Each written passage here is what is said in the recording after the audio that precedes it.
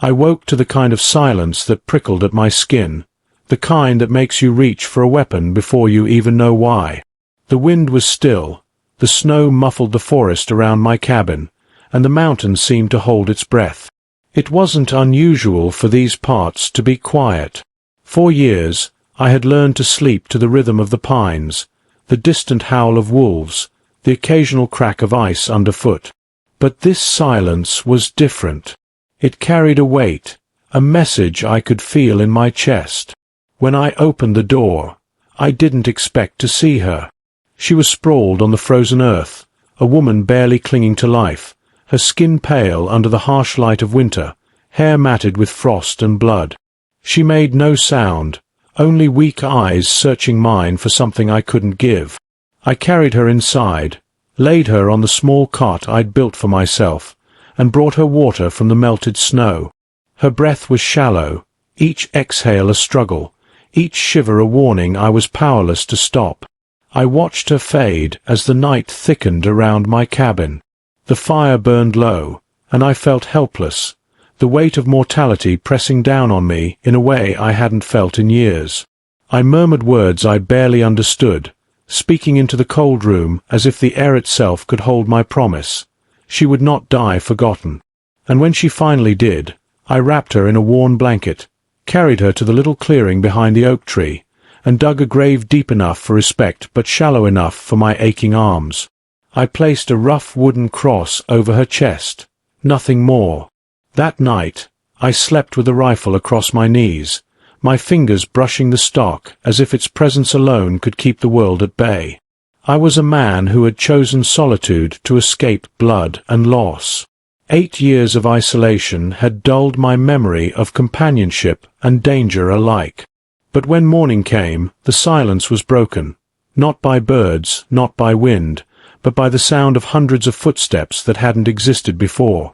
Outside my cabin, 200 figures stood in formation. Warriors.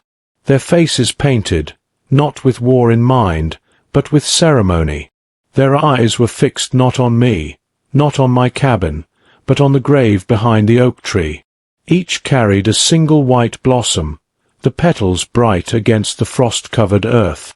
My hands itched for the rifle, but the reverence in their stance froze me in place. They were not here to fight. They were here to honor.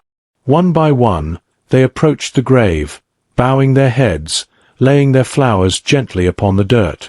The eldest, distinguished by eagle feathers woven into his grey hair, stepped forward last. He paused, then nodded in my direction, a single motion that carried the weight of recognition I did not understand. His hand lifted in peace, and he spoke a single word that reverberated across the clearing. "Brother! Brother!" The word struck me harder than any rifle ever could. I had lived 8 years without human contact, denying every connection, every bond. I was a ghost, a hermit, a man who had buried everything he loved to keep from witnessing loss. And yet, by burying a stranger, I had become something else entirely. They had traveled 50 miles through snow and stone, not for conquest, not for revenge, but for respect. And as I watched, the weight of what I had done, simply showing compassion, settled into my bones like winter frost. I had no idea who she was, what she carried with her, or why her death had drawn this display of devotion.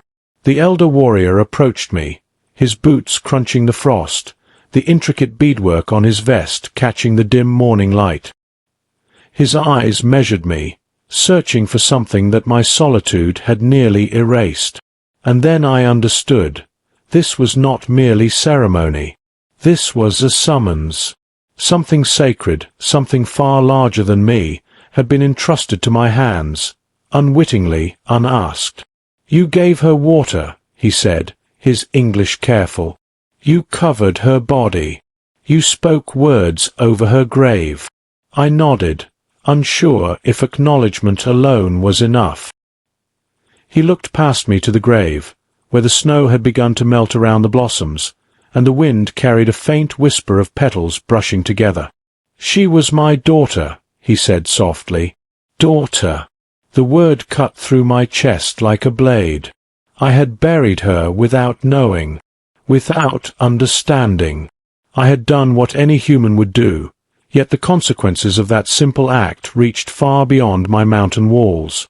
She was Iona, he told me, keeper of sacred stories, bridge between worlds. She had been running, carrying a secret the army would kill to possess. And now, through my hands, that secret had survived, but only temporarily, because someone had followed her, someone dangerous, someone who would not stop for anything. I stepped back, the reality of my situation pressing on me like the mountain itself. Compassion had always been my shield and my curse. But this time it had become a responsibility, a calling I could not ignore, no matter how much I wanted to remain hidden. I glanced at my cabin, at the rifle above the mantel, and knew that my peace had ended with her last breath. The morning fog clung to the mountains like a heavy veil, and I realized I could no longer ignore the truth. My solitude had ended the moment I touched her life, and now everything she had carried with her had become mine to guard. Iona's body lay beneath the oak, covered with the simple respect of petals, but the air around us had shifted. The elder's gaze never wavered, and in his eyes I saw a story older than the mountains themselves, a story I had stumbled into without asking. He stepped closer, revealing a small, weathered leather pouch in his hand. Inside glimmered a silver medallion, delicate and ancient, etched with symbols I couldn't decipher. The weight of it pressed on me as if it had been designed to test my very soul. I hadn't touched it. I hadn't even known it existed. Yet here it was, a relic of sacred importance, and through fate, or perhaps chance, its care had fallen to me. The elder's eyes swept across the horizon, toward the forest that blanketed the valley in frozen white. "This medallion," he said, voice low and deliberate, "contains the location of our sacred burial grounds, the places where our ancestors rest, the places that cannot fall into the wrong hands." I felt the enormity of what he was saying press down on me. I had buried a woman without knowing she was carrying the key to an entire people's survival. And now, unknowingly, I had become a guardian of something far greater than myself. My heart pounded. In the mountains, a single misstep could mean death, and in this case, the misstep could mean the destruction of a culture. A sharp sound of hoofbeats in the distance drew my attention. I squinted through the thinning fog and spotted 3 riders, far off at first, moving with a reckless urgency that made my stomach tighten. They were riding hard, not as soldiers on patrol, but as men fleeing something, or someone. The lead rider's uniform was torn, and his face bore the marks of panic and recent violence. Recognition struck me before I could even think. Fletcher Knox. The name alone carried a weight I couldn't shake. He was a man whose betrayal had left scars on every corner of the territory, a man who would sell anything to the highest bidder, even lives. And now he carried with him the object that had summoned the elder and his warriors across the wilderness. Knox's eyes scanned the clearing until they landed on the grave, and something flickered there. Fear, disbelief, maybe even hatred. The elder didn't flinch. He moved with the calm certainty of someone who had faced betrayal for decades. His men, hidden within the trees, waited like shadows, perfectly still, perfectly patient. The forest itself seemed to hold its breath.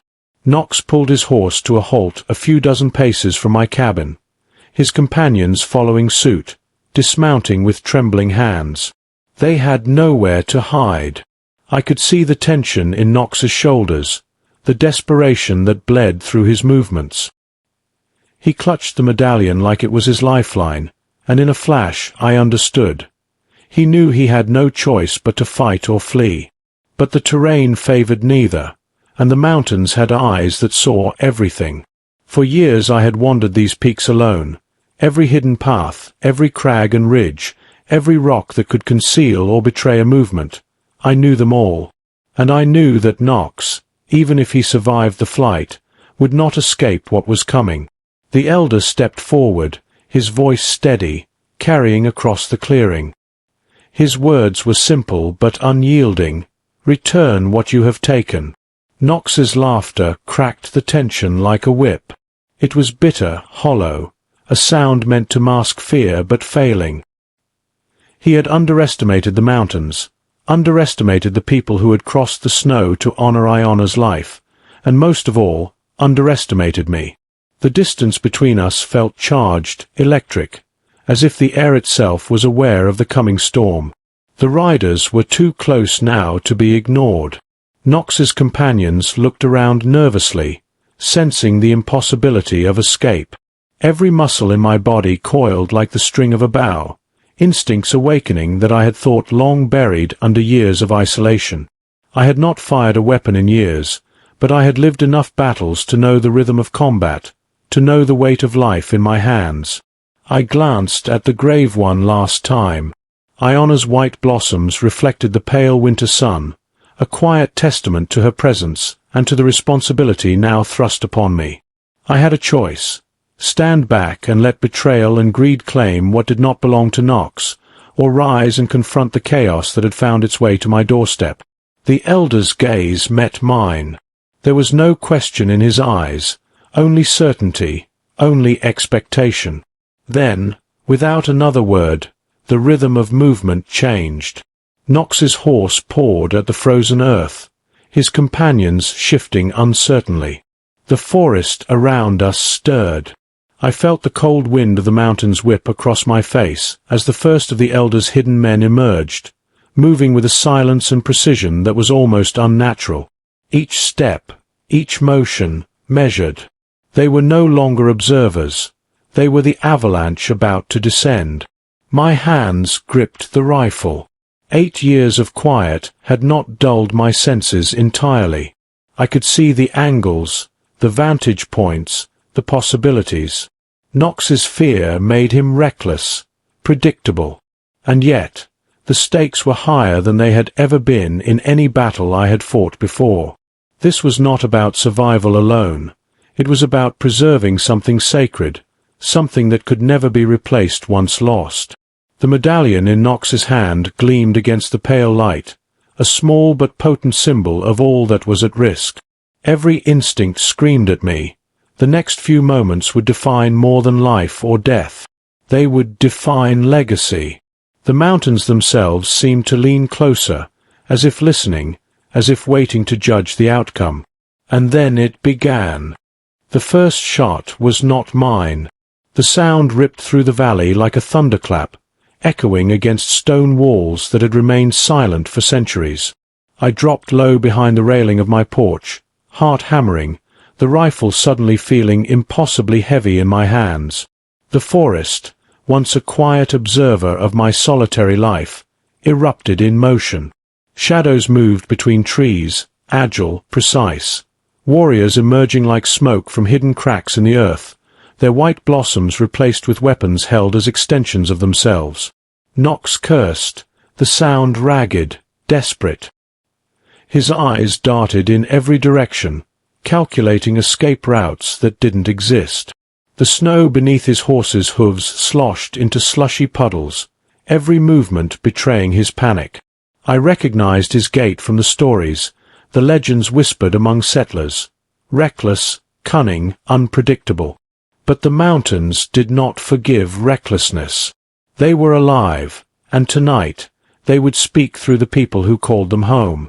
I fired a warning shot, not aimed at him, but to signal presence. The echo bounced back in harmony with the cries of the warriors, creating a rhythm that made my blood run hotter. Instincts I had thought dulled over years of solitude returned in full force. Every ridge, every tree, every shadow became a map of possibility. Knox's companions faltered, uncertainty gnawing at them as the realization of their situation sank in. They had been hunters once, but now they were prey in terrain they could not comprehend. The elder moved with deliberate calm beside me, his eyes scanning the valley as though reading lines of a story written long before either of us existed. He did not speak, but his presence anchored the chaos, a silent command that our allies understood without words. One by one, the hidden warriors emerged from the forest, taking positions that no outsider could anticipate, each angle covered, each path trapped. My mind raced, matching their movements to my knowledge of the land. The mountains had always been my companion. Now they were my partner in war. Knox's laugh cracked again, sharper this time, but it lacked conviction. He gestured toward the medallion as if it could shield him, a fragile talisman against centuries of tradition, strategy, and the fury of a father's grief. I realized then that this was not about him alone. Every choice made, every step taken, would decide the fate of sacred lands, burial grounds, and the people who had entrusted their history to my hands by dying in my cabin. The battle unfolded like a storm. Wolves in the trees, our warriors, struck from positions impossible to anticipate, vanishing before any retaliation could be mounted. Knox tried to flee across the ridge, but I had already anticipated his path, my rifle aimed in precise harmony with the natural contour of the mountains. Each shot, each movement, was measured. Years of hiding, of reading terrain, of surviving against impossible odds, had prepared me for this moment without me even realizing it. I felt the wind on my face, carrying the scent of snow and sweat and fear. It was disorienting, intoxicating. Every instinct screamed at me to act, to move, to protect what had been entrusted to me. Knox's desperation became more apparent with each faltering step. The medallion felt heavier in his grasp, as if aware of the gravity of its purpose. I had seen men die for gold, for pride, for vengeance. But this was different. This was for life itself, the memory of generations, the preservation of something far larger than any single man could comprehend. The elders' warriors moved with synchronization that seemed preternatural. They struck silently, with lethal precision, cutting off escape routes while maintaining the integrity of the sacred site. Knox's companions fell first, subdued without death but stripped of hope. He realized too late that his cunning, his knowledge of the army, his betrayal meant nothing here. The mountains did not forgive betrayal. They only executed it with the patience of stone. I felt a strange surge of exhilaration, tempered by awe. 8 years of solitude had left me numb to human emotion, yet standing here among the echoes of those who had trusted me unknowingly, I felt a connection deeper than any I had known before. Each movement, each breath, each shot fired was a thread in a tapestry I had never sought to be part of, yet could not abandon. Knox wheeled his horse in panic, trying to flee down a narrow path I had long memorized, a route that offered no cover, only exposure to our hidden forces. And then, finally, the medallion, a symbol of everything sacred, slipped from his grasp. It glinted against the snow as it fell, a silent judgment landing with finality. The elder's hand closed around it, his face unreadable, but I could feel the weight of generations settling in the air. Knox's eyes widened, recognition of defeat mingling with disbelief. The battle was not yet over, but the outcome had begun to tilt. The mountains, our allies, and the lives entrusted to us had converged into a single, unstoppable force. Knox's panic, once a distant story in the territory, was now tangible, a lesson in the cost of greed and betrayal. I lowered my rifle, aware that the war was far from done, but certain that our purpose, the preservation of the sacred and the protection of life, had been set in motion. And in that frozen clearing, surrounded by the echoes of ancient mountains and the living embodiment of history, I understood something I had long denied. Compassion could be more dangerous than isolation, and more powerful than fear. The snow underfoot was turning to ice, slick and treacherous, each step threatening to betray me to the enemy. I moved cautiously, scanning every shadow, every ridge, every frozen tree branch, knowing that Knox had allies, and that they would not hesitate to use the mountains to their advantage. My years in isolation had taught me patience, how to read terrain like a book, how to disappear into the landscape until it became a part of me. But now, that skill was more than survival. It was the difference between life and death for something much larger than myself. The warriors moved around me, unseen, their presence a quiet threat. I felt the rhythm of their steps in my chest, synchronized with my own heartbeat. Nox had underestimated the mountains, underestimated the loyalty of those who had traveled across 50 miles of wilderness to honor a stranger's life. He believed in chaos, in fear, in leverage. But he had not anticipated reverence. He had not anticipated strategy born from generations of knowledge embedded in the land itself. Nox's voice carried over the wind, jagged with desperation, barking orders to men I could not see. They were likely soldiers, trained, disciplined, but they had never faced this terrain. They had never faced people who could move like shadows, strike like lightning, and vanish before the enemy even registered their presence. I felt a thrill run through me, cold and sharp, as I realized that 8 years of isolation had not dulled my instincts. They had sharpened them. I was ready, in a way I hadn't been for years. The first of Nox's men appeared at the tree line, a mistake that cost him dearly. The Elder's warriors struck with silent precision, subduing the man without killing him, leaving Nox's plans unraveling with every second. The medallion glimmered at his chest, but it was a brittle shield, powerless against the mountains and those who knew them intimately. Nox's desperation grew palpable, and for a moment I saw a man stripped of pride, of cunning, of control. He was pure instinct now, nothing more than a hunted animal in the wilderness that had always been my home. I moved forward, rifle ready, using every shadow and ridge to conceal my approach. The wind carried the faint scent of pine, of snow, of fear. Nox's horse stumbled in panic, and I realized that the terrain itself was working in our favor. Every rock, every hidden path, every unseen drop was a weapon, a silent ally. Nox's companions faltered again, trying to find the paths I already knew, paths that led only to traps.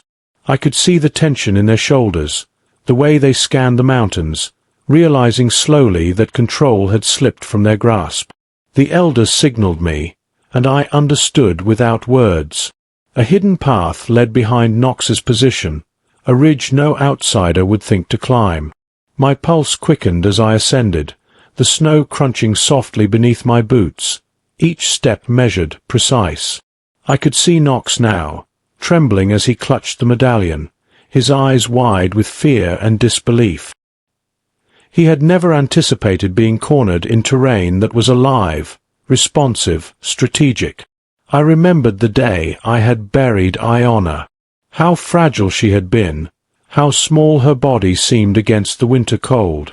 And yet, in death, she had set in motion a chain of events that had brought warriors, life, and purpose to my door. I understood now that the medallion was more than metal and symbols. It was a promise, a responsibility, a connection to something eternal.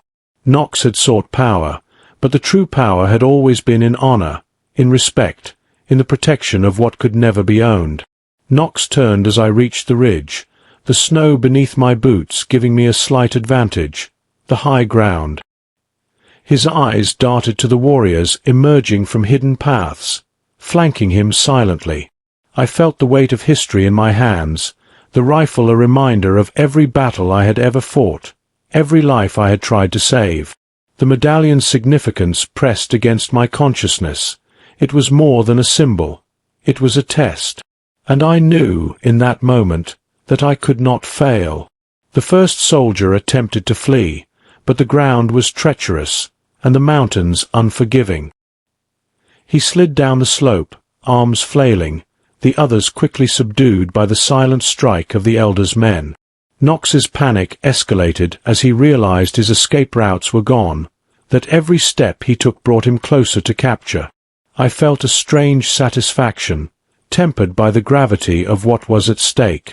We were not here to kill recklessly. We were here to protect, to preserve, to honor the sacred legacy that had been entrusted to us. The snow swirled around us, a silent witness to the unfolding reckoning. Knox's breath came in ragged gasps, his eyes flicking between me, the medallion, and the mounting forces that had trapped him. For a fleeting moment, I glimpsed the man he had been, a soldier, a scout, cunning and resourceful, and then I saw the truth. Greed and fear had consumed him, leaving only instinct and panic. And in this moment, that was enough to ensure he could no longer threaten what mattered. I moved closer, rifle steady, the wind carrying the faint scent of pine and frost into my lungs.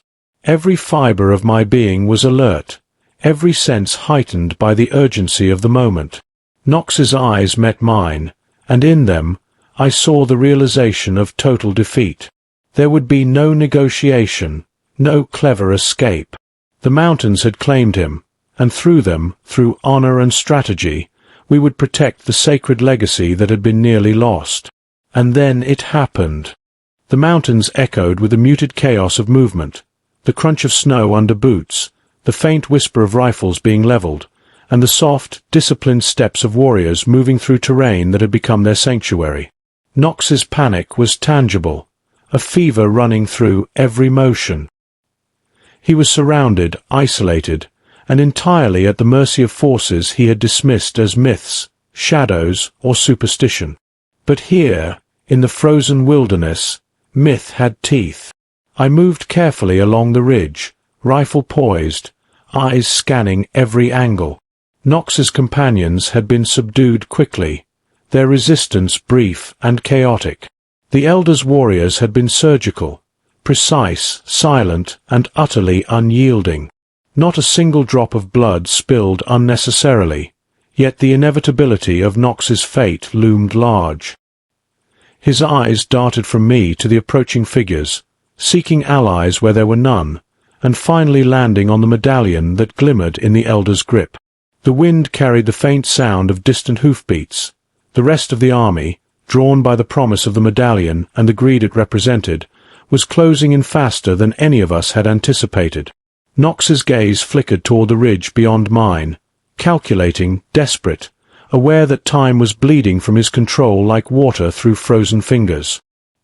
His breath was ragged, and every muscle in his body screamed flight, but the mountains allowed no path unguarded, no escape unanticipated.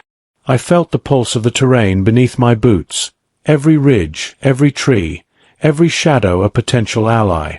8 years of solitary life had taught me to read mountains as if they were living things, capable of warning, guiding, and protecting those who listened. Knox had ignored that wisdom, relied on arrogance, and now paid the price. He was a man who had survived by cunning alone, yet here, cunning was insufficient. The mountains demanded respect, and for the first time, Knox understood that respect had never been his to command. The Elder gave a subtle signal, almost imperceptible, and the hidden warriors closed in. It was seamless, the coordination of men who had trained in the silence of nature, moving like water through the frozen terrain. I watched as Knox's shoulders slumped for the first time, not in surrender, but in the stark, raw acknowledgement that his plans had crumbled entirely.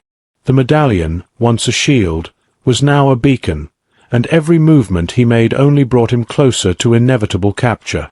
I descended from the ridge slowly, rifle still raised, aware that even a single misstep could cost us everything. The snow was deceptive, hiding crevices and frozen rocks, but familiarity with every inch of this land gave me confidence. Knox's companions had already been restrained, their weapons disarmed, and the Elder's men worked quickly, a silent tide of precision, ensuring the balance of control shifted entirely in our favor. Knox made a sudden dash, a last desperate attempt to reach a ridge that offered the illusion of escape. But I anticipated it before he moved, my rifle following the line he thought was hidden. A single warning shot shattered the illusion, and he stumbled, a physical manifestation of the collapse of his arrogance. The Elder's warriors moved in tandem, subduing him with practiced restraint, dragging him to the snow-covered ground where he could struggle but not flee. I stood above him, the rifle steady, observing the man who had wrought so much chaos, now powerless. The medallion glinted in the Elder's hand, a testament to survival, honor, and the enduring connection between the living and the dead. Knox's eyes met mine briefly, and in them I saw something rare, a flicker of recognition, not of cunning, but of understanding that he had underestimated forces far beyond his comprehension. The distant sound of army scouts grew louder, but our advantage was undeniable. The mountains themselves were allies, the terrain mastered by those who had called it home for generations. Knox's attempts at manipulation had failed, and the medallion, a symbol of heritage, history, and survival, was secured. I realized then that this moment was not just about justice. It was about the preservation of a lineage, a culture, a sacred trust that could not be measured in conventional terms. The elder approached me, eyes calm, voice low. There would be questions, repercussions, consequences for what had just transpired. But for now, Knox was contained, the medallion safe, and the sacred grounds protected. The warriors moved methodically, securing positions and ensuring that any remaining threats were neutralized or delayed. I felt the weight of responsibility press down on me, heavier than the rifle in my hands, heavier than any battle I had ever fought. I looked toward Iona's grave, the white blossoms stark against the snow, a quiet reminder of why this battle had been necessary. Her presence lingered, not in flesh, but in purpose, in legacy, in the invisible threads connecting the living to the past. The mountains seemed to sigh around me, as if acknowledging our triumph, our vigilance, and the beginning of a story far larger than any single man could comprehend. Knox would face consequences, but the true victory lay not in his capture alone. It lay in the preservation of something sacred, something eternal, something that had survived countless threats because people willing to act with courage, honor, and respect, had been willing to stand against overwhelming odds. I realized, standing in the cold wind of the mountain clearing, that 8 years of isolation had not prepared me for companionship, but for this purpose. The mountain had tested me, and through survival, strategy, and unexpected responsibility, it had forged me into something more than a hermit. I was a guardian, a witness, a bridge between the past and what was yet to come. And yet, even as the immediate threat faded, the mountains whispered of challenges still unseen, dangers still approaching, and responsibilities that would continue to demand vigilance, courage, and unflinching commitment. The distant sound of boots on frozen stone was growing louder, a relentless drumbeat against the stillness of the mountains. I could feel it in my chest, every vibration carrying the certainty that the army was near, led by men trained to kill without hesitation. Knox was secured, bound, and flustered, his arrogance stripped away, yet his presence still drew danger. The silver medallion rested in the elder's hand, its weight more symbolic than physical, a reminder that what we protected was far more than metal. It was history, ancestry, and sacred trust. The elder moved with quiet precision, signaling the warriors. They melted into the snow and shadow, disappearing as seamlessly as smoke. Every ridge, every rock, every bend in the frozen river had been accounted for. Knox's attempt to flee had failed, and the remaining soldiers would now be walking into a trap designed by generations of knowledge and honed instincts. I studied the valley below, noting angles and vantage points. The army may be trained, disciplined, and armed, but they had never fought here. Not truly, and they had not faced warriors who understood the mountains as intimately as we did. Knox muttered something under his breath, the words lost to the wind. I ignored him. 8 years of isolation had left me cold to idle chatter, but sharpened my instincts to movement, sound, and intention. The army would approach methodically, the way they always did, and I had the advantage of predicting their patterns. Every ridge I knew, every hidden path I had memorized, became a weapon in the silent war ahead. The elder spoke to me finally, voice low and deliberate. We do not attack unless necessary. We protect, we guide, we conceal. The men will come. They must never find what they seek. I nodded, understanding the gravity of the moment. This was more than survival. It was preservation. The mountains, sacred burial grounds, and every life connected to this medallion were now in our hands. The path of action would define generations. I crouched behind a snow-laden boulder, rifle ready, heart pounding with anticipation. The first scout emerged, cautious, rifle raised, moving in patterns I knew from long years of observation. I exhaled slowly, the winter air biting at my lungs, and allowed the warrior instinct to rise. When he stepped into the clearing, I fired a warning shot, not to kill, but to startle. The sound ricocheted off the ridges, a signal in the wind that set everything into motion. Shadows flickered from the tree-line, invisible warriors moving with lethal grace, herding the scout into a position where resistance would be futile. Knox cursed, his voice ragged, as realization dawned. The army was no longer in control. The mountains had become a maze, a trap, and every step they took was anticipated by eyes they could not see. I moved along the ridge, rifle covering the angles, while the elder coordinated the silent tide of men descending from hidden perches. Every soldier that stepped into the clearing became prey. Every move counted before it could even be considered. Knox's desperation was palpable. He had survived countless schemes, yet here, survival alone was not enough. The first volley of shots rang out, aimed not to kill but to disarm and scatter. The echo carried across the valley, a terrifying sound amplified by frozen stone and snow. I saw the panic take hold of the army, the discipline of countless drills failing under the weight of terrain and unseen adversaries. The elder's warriors struck with deadly efficiency, subduing men with precision that seemed preternatural. Knox's face contorted in fear and disbelief, his plans unraveling like the threads of a frayed rope. I moved again, adjusting position, each step deliberate. 8 years of isolation had honed not just survival instincts, but anticipation, the ability to read patterns, predict movements, and act before the enemy knew what had occurred. The army may have had numbers, rifles, and authority, but here, in the mountains, they were novices. Every ridge, every snow-laden branch, every concealed approach became a tool in our arsenal. Knox attempted to shout orders, but the terrain swallowed his voice. Each command reached ears that did not obey.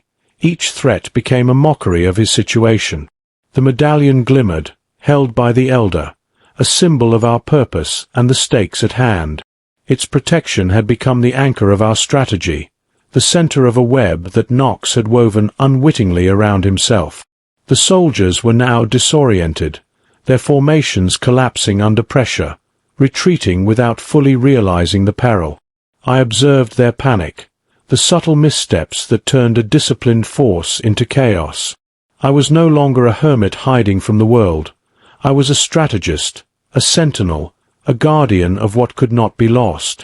The mountains had transformed from home to battlefield, and every rock, tree, and shadow was a silent ally. The elder's voice broke through the wind, issuing precise instructions. Shadows moved, men were restrained, rifles were rendered ineffective by superior positioning. Knox's companions had already been subdued, leaving him isolated. He realized, finally, that the power he had once held, the cunning, the knowledge, the manipulations, was meaningless against the mountains and those who understood them. I lowered my rifle slightly, assessing the unfolding chaos. The army's advance had been halted, their threat neutralized without unnecessary bloodshed. Knox, trembling and defeated, sat bound, staring at the snow and the medallion. The mountains were quiet once more, but the lesson had been delivered. Greed, arrogance, and betrayal could not overcome honor, knowledge, and respect for what is sacred.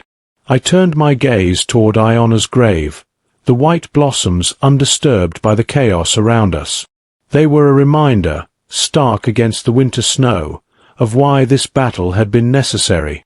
Her presence lingered in purpose and legacy, a bridge between past and future. The mountains whispered in the wind, a subtle acknowledgement of our victory, our vigilance, and the responsibilities yet to come. And I realized, standing among snow and stone, that 8 years of solitude had not prepared me for companionship, but for responsibility. I was no longer merely a hermit. I was a guardian, a witness, a bridge between worlds, carrying the weight of legacy, history, and the unbroken thread of something far greater than myself. The wind howled through the mountain ridges, carrying the scent of snow, pine, and fear. The soldiers below scrambled, disoriented, unaware that each move was anticipated, each path mapped by eyes that had known these peaks for years. Nox struggled at the edge of my vision, bound, trembling, but alive. His fear was almost palpable, a tangible weight in the air, yet I could not let it distract me. The threat was far from over. The army would regroup. They always did, and this time they had no idea what was coming. I descended the ridge slowly, careful not to give away my position, rifle poised.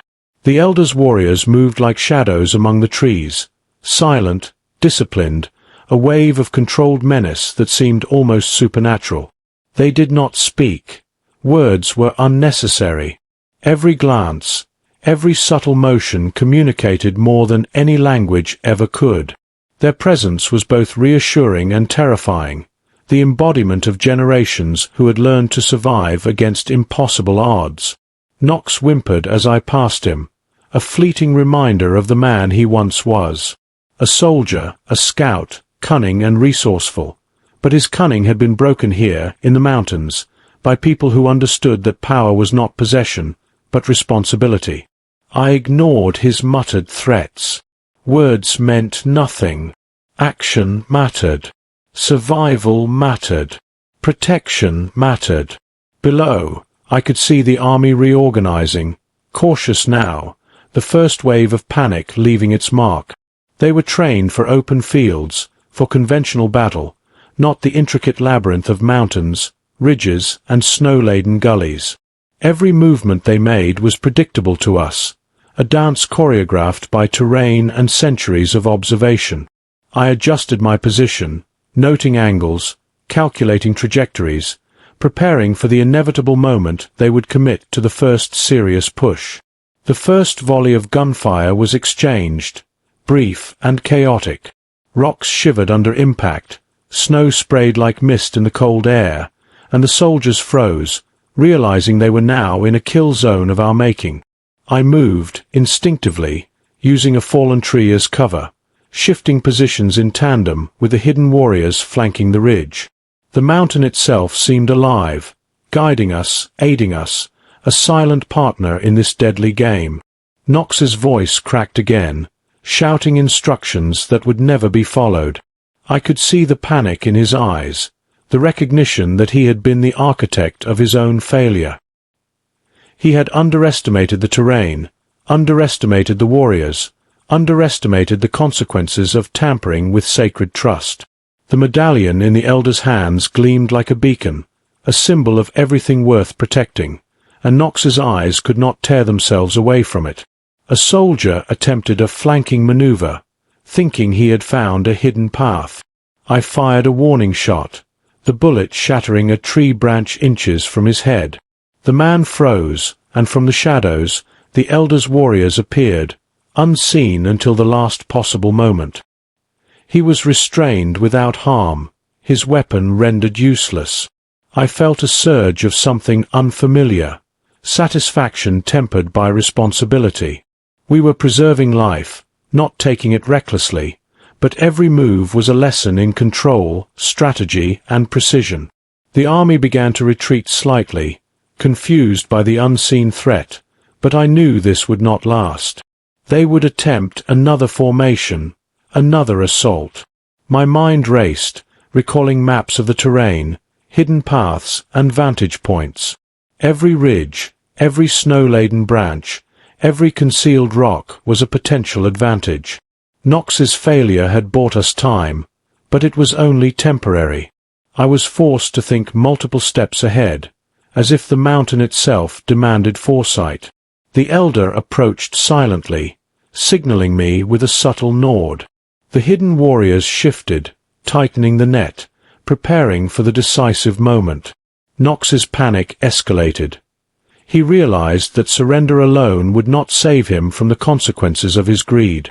The army was still approaching, slowly, methodically, but now they were calculating, cautious. Fear had entered their ranks, and fear was a weapon we wielded more effectively than any rifle. I raised my rifle again, scanning the ridge, listening to the subtle changes in the wind, reading the soft echoes of footsteps and the faint crunch of snow. Knox's companions were already neutralized, scattered among the trees, leaving him alone, a single point of failure in a crumbling system. I felt the weight of the medallion, the sacred responsibility pressing against my consciousness. The mountain demanded vigilance, strategy, and honor, and it would take all of them to succeed. The soldiers attempted another push, tighter formation, moving in rhythm, trying to anticipate ambushes.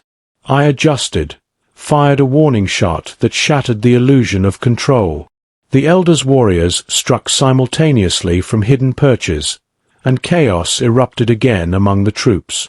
They were trained killers, yet here, in the mountain labyrinth, training meant nothing. The landscape itself dictated their failures. I realized then the enormity of what we were protecting. Not just a piece of metal, not just a single life, but centuries of culture, history, and sacred tradition. Knox had endangered it all, and now, because of our vigilance, he would be powerless to undo it. The mountains were unforgiving, and their justice was precise. The battle had not ended, but a decisive advantage had been gained.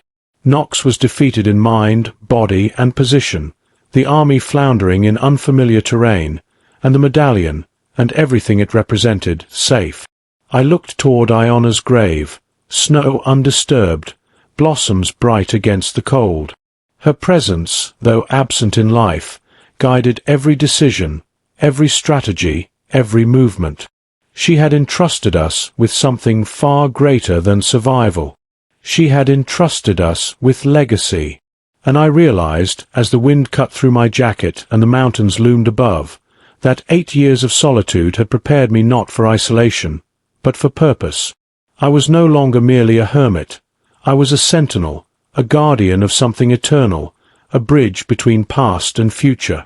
The mountain had tested me, and through vigilance, strategy, and honor I had passed. But the echoes of approaching danger reminded me. The battle was not yet finished, and the consequences of failure would ripple far beyond this frozen ridge. The air was sharp with cold and tension, every breath a reminder that the mountains demanded respect and vigilance. I crouched behind a ridge, eyes fixed on the valley below, where the scattered soldiers were beginning to reorganize, unaware that every move was being watched, anticipated, and countered. Knox was bound, muttering to himself, the silver medallion glinting in the elder's hands like a warning to anyone who might think to challenge us. The stakes were no longer just survival. They were legacy, honor, and the very preservation of a people and their sacred traditions. I felt the familiar stir of instincts I had long buried under years of solitude.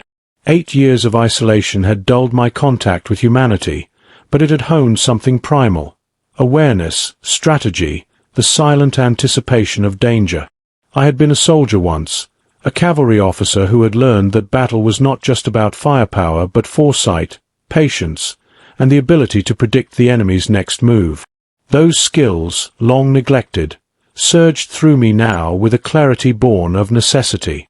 The army below adjusted formation, tightening ranks, moving methodically. They were professionals, trained to follow commands without hesitation. Yet this terrain was foreign to them, a labyrinth of frozen ridges, hidden gullies, and snow-laden trees. They were calculating, cautious, but unaware of the traps set by the elder and his warriors, traps born from generations of living and surviving in these peaks. Every ridge they crossed, every shadow they passed, was already mapped in our minds. I moved slowly, deliberately, rifle trained on a clearing where a dozen soldiers had begun to consolidate. The first shot was precise, aimed not to kill but to disrupt, to fracture their formation and buy time. The echo of the gunfire ricocheted off the surrounding cliffs, amplified by the frozen stone, sending a ripple of confusion through the enemy ranks. Immediately, the elders' warriors descended from concealed positions, striking with lethal precision, neutralizing the first line of assault without unnecessary casualties. Nox's panic escalated visibly. He had planned for cunning and speed to get him through this moment, but both had failed. His companions were already subdued, and his arrogance, which had carried him this far, was useless now. Every decision he made was countered, every potential escape route blocked by men and terrain alike. The mountains themselves seemed to conspire against him, each ridge a wall, each shadow a snare. I signaled subtly to the elder, and a wave of warriors moved silently, spreading across hidden paths, flanking the soldiers and cutting off their avenues of advance. Nox screamed something incoherent, a mixture of fear and rage, but the wind swallowed his voice. He realized, finally, that he had been ensnared not by chance, but by strategy, knowledge, and the relentless will of those defending what was sacred. As the soldiers attempted to regroup, I recalled my own past, the memories of campaigns fought in distant lands, the strategy, the rapid calculations of life and death, and the weight of responsibility for the men who followed me. Those lessons were now alive again, shaping every move, every decision. I guided the elders' men with silent gestures, using my knowledge of battlefield tactics to turn the mountains into a living trap. Every ridge, every outcropping, every hidden path became a point of control.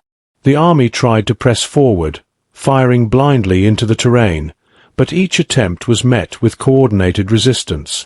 Soldiers fell back, disoriented and terrified, realizing too late that they were in enemy territory unlike any they had faced before. Nox's eyes darted wildly, seeing the collapse of order he had taken for granted. The medallion, once a symbol of leverage, was now a beacon of his failure, held firmly by the elder, untouchable, a reminder of what true responsibility and respect could accomplish. Snow sprayed as we moved, shifting positions, guiding the battle like a conductor leading an orchestra. I felt the thrill of command, not over soldiers seeking conquest, but over warriors fighting for survival, honor, and something far larger than themselves. The mountain became an extension of our will, every hidden crevice, every ridge, every shadow a tool in the defense of what was sacred. Nox's desperation became palpable. He attempted a final, reckless dash toward what he thought was an unguarded path, but the terrain was familiar to us, every move anticipated. The elder's men intercepted him silently, subduing him without a struggle. The army below, seeing their leader captured, faltered completely, morale breaking like ice under pressure. What had seemed like a conventional engagement had become a rout, a demonstration of strategy, preparation, and the inexorable power of the mountains themselves. I took a moment to survey the clearing. The soldiers were in disarray, Nox restrained, and the medallion safe. The snow was marked with footprints, but nothing irreversible had occurred. Each action had been deliberate, every life preserved where possible. The mountains had taught me lessons in patience, observation, and respect, and those lessons had proven decisive. I turned my attention to Iona's grave, her white blossoms stark against the winter snow. They were a symbol of purpose and legacy, of the trust placed in us by those who had passed. The mountains whispered approval, or perhaps warning. The war was not over, but a critical turning point had been reached. And I understood something essential. 8 years of solitude had not made me weak. It had prepared me to act when it mattered most. I was no longer merely a hermit. I was a sentinel, a strategist, a bridge between worlds, tasked with protecting what could not be replaced, honoring what could not be forgotten. The mountains had tested me, and through strategy, courage, and respect, I had endured. But the echoes of approaching threats, faint yet persistent, reminded me that vigilance would always be necessary. And the lessons of the mountains, of Iona, of the medallion, would guide every decision to come. The soldiers' morale was collapsing faster than I could have anticipated. Their once confident formations were now fractured, each man uncertain where to step, whom to trust, or whether the ground itself was about to betray him. Knox remained bound at my feet, his wide-eyed panic a testament to his failure. The medallion rested in the elder's hand, its significance beyond any physical weight. It was a symbol of survival, history, and sacred trust, a relic of a people who had endured centuries of displacement and betrayal. I moved along the ridge again, surveying the valley below. Every soldier's misstep, every hesitant advance, was already accounted for. The mountains had become an ally, a living participant in the battle. Snow and stone, ridges and shadows, every element was an instrument of defense, amplifying our strategy and their fear.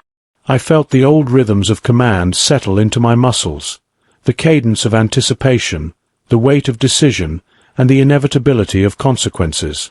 Knox tried one last desperate attempt to assert control, straining against his bonds, shouting at the soldiers below to advance or retreat or regroup. His voice was a raw, ragged thing, swallowed by the wind before it could reach anyone who would obey. The army hesitated, a critical pause that allowed the elder's warriors to reposition, cutting off any path that might have been a lifeline. Every soldier who tried to move became trapped in a web they could not see, controlled by men and terrain they did not understand.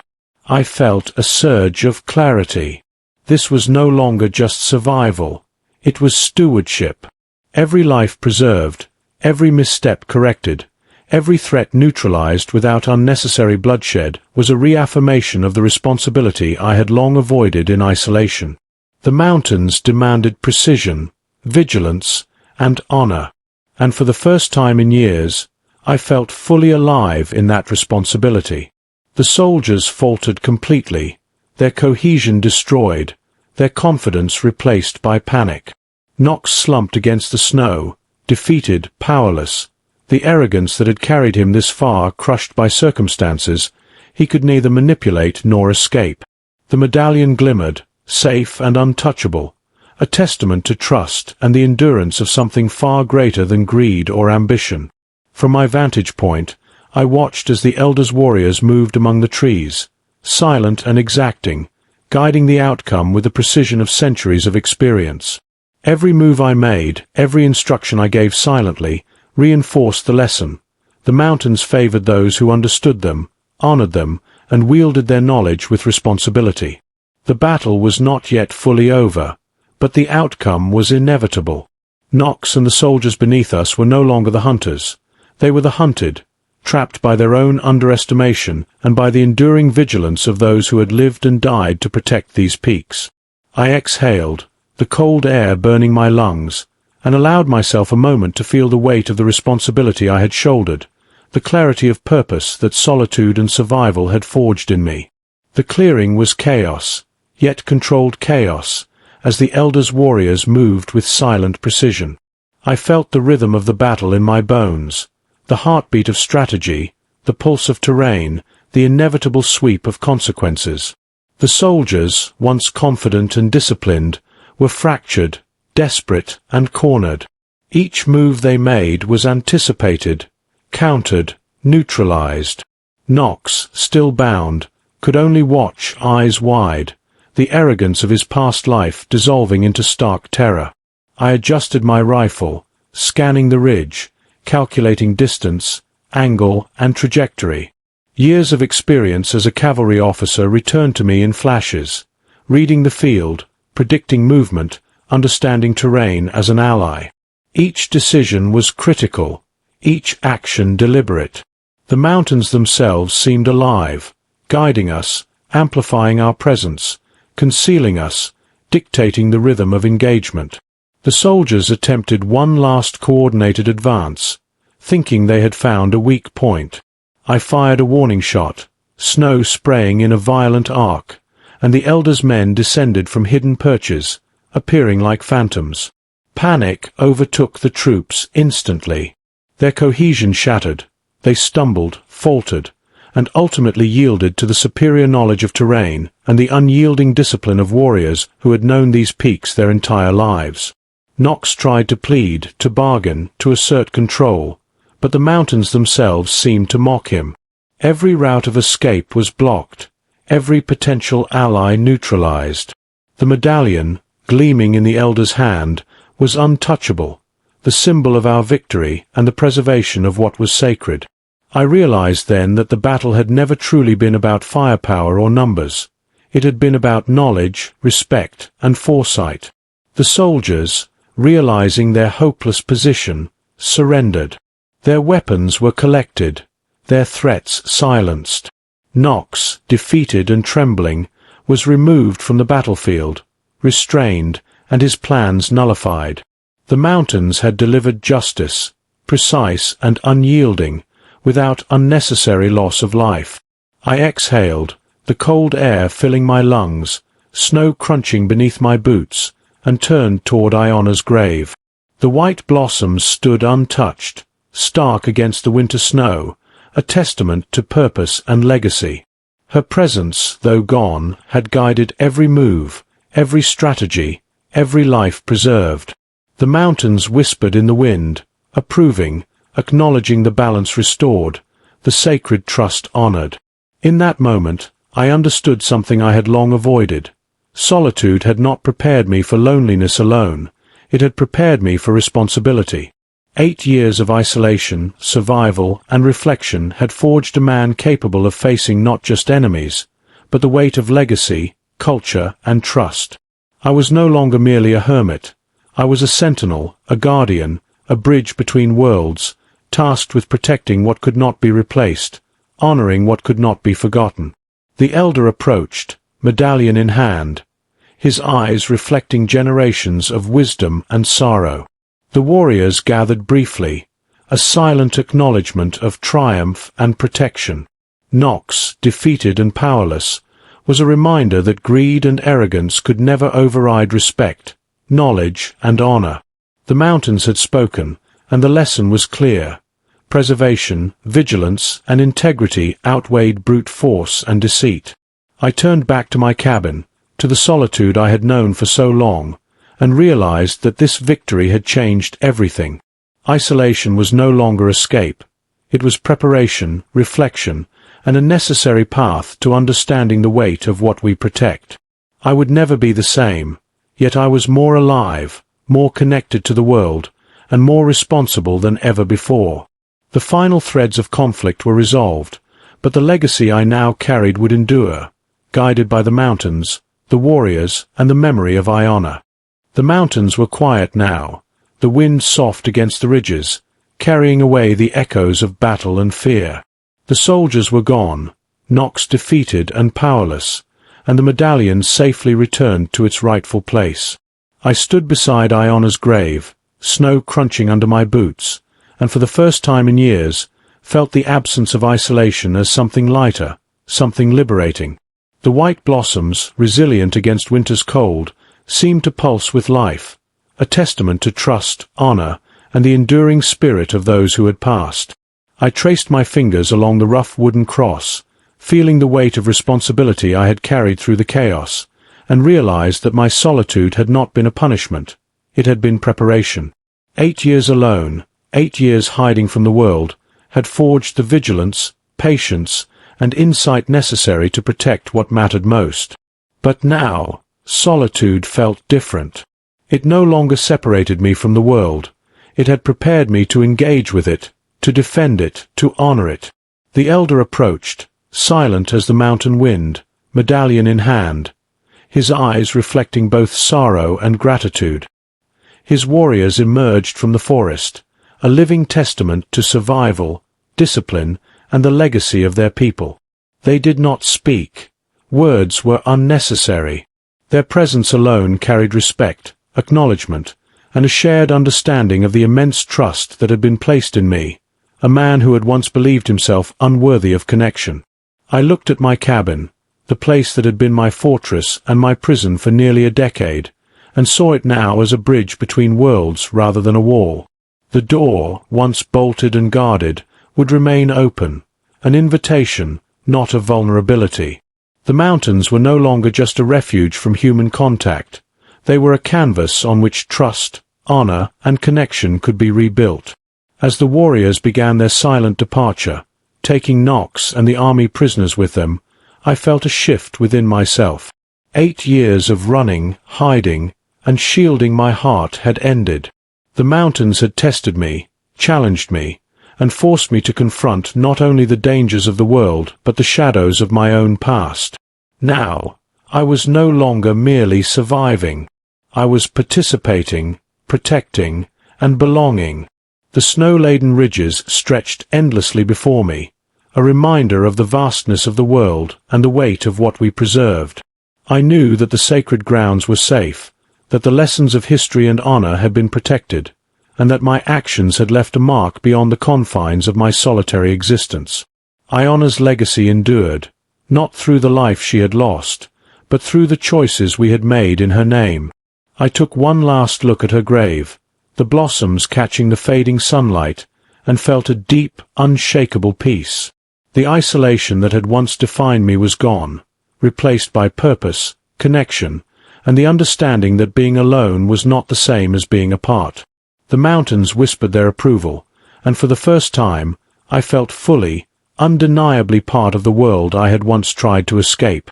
I returned to my cabin, leaving the door open for the first time in 8 years. The era of hiding had ended, and the age of connection had begun. The mountains, the warriors, the legacy of Iona, and the trust placed in me had changed everything. I was no longer a hermit, no longer a man hiding from the world. I was a guardian, a sentinel, a bridge between past and present, solitude and connection, life and memory. The journey was complete, and yet it was only beginning.